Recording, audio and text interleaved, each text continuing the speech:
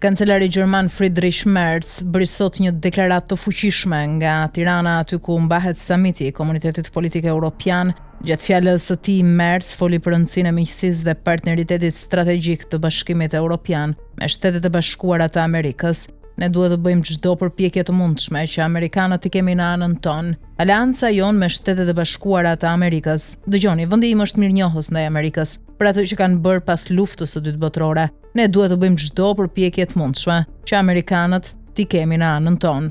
Nuk mund t'i zëvendësojmë kurrësi amerikanët për ato që ata bëjnë për ne në Europë, për paqen dhe për lirinë tonë, nënvizoi kancelari Merz. Nga ana tjetër, edhe mediat italiane raportuan sot se në samitin e Europës në Tiranë, kryeministri e tyre Giorgia Meloni po ashtu do të përcillte një mesazh të fuqishëm për Shtetet e Bashkuara të Amerikës, me gjas në sinkron të plot me deklaratën e fortë të kancelarit Merz.